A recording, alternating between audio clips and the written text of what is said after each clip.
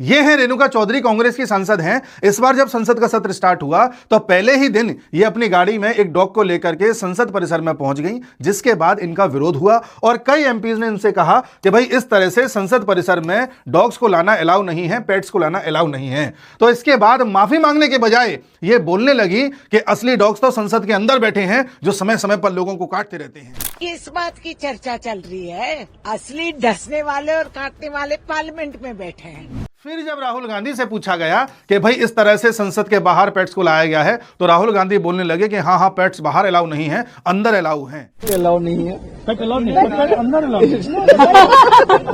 यानी इनके हिसाब से संसद के अंदर जितने भी एमपीज बैठे हैं वो या तो पेट्स हैं या फिर डॉग्स हैं।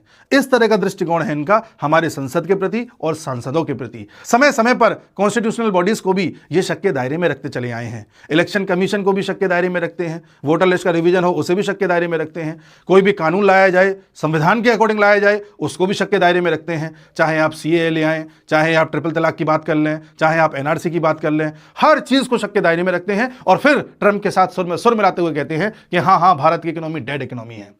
और उसके बावजूद कहते हैं कि मैं संविधान बचाने निकला हूं। आप खुद देख लीजिए कौन संविधान बचाने निकला है और कौन संविधान का मजाक उड़ा रहा है। इसके साथ ही सीजेआई अगर शपथ लेते हैं वहां पर भी एब्सेंट रहते हैं, वाइस प्रेसिडेंट शपथ लेते हैं उस कार्यक्रम में भी एब्सेंट रहते हैं, पद्म अवार्ड्स हो वहां भी एब्सेंट रहते हैं, फिर चाहे 26 जनवरी हो 15 अगस्त हो हर बड़े कार्यक्रम में एब्सेंट रहते हैं और कहते हैं कि मैं संविधान बचाने निकला हूं। अब हम खुद देख सकते हैं कि किस तरह से संविधान का यूज किया जा रहा है।